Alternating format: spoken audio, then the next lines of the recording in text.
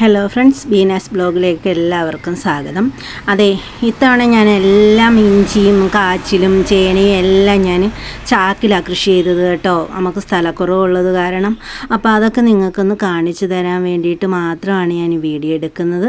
എൻ്റെ ഈ വീഡിയോ ഇഷ്ടപ്പെടുകയാണെങ്കിൽ മാത്രം നിങ്ങളൊന്ന് എന്നെ ഒന്ന് സപ്പോർട്ട് ചെയ്യണം. അപ്പം വീഡിയോയിലേക്ക് പോകാം. നമുക്ക് ഈ വീഡിയോ ഞാനിത് ചാക്കി നട്ടേക്കുന്ന ഇതെല്ലാം ഒന്ന് നിങ്ങൾക്കൊന്ന് കാണിച്ചു തരാം. ചേന ഒരെണ്ണം നന്നായിട്ട് കിളിച്ച് മേളി വന്നിട്ടുണ്ട്. ബാക്കിയെല്ലാം നന്നായിട്ട് കിളിച്ച് വരുന്നുണ്ട് കേട്ടോ. നല്ലതായിട്ട് കിളിച്ച് വരുന്നുണ്ട്. ഇഷ്ടം പോലെ കിളിച്ച് വരുന്നവർ ഞാനൊരു 7-8 ചാക്കി നട്ടിട്ടുണ്ട്. അതെല്ലാം നല്ലതായിട്ട് കിളിച്ച് വരുന്നുണ്ട്.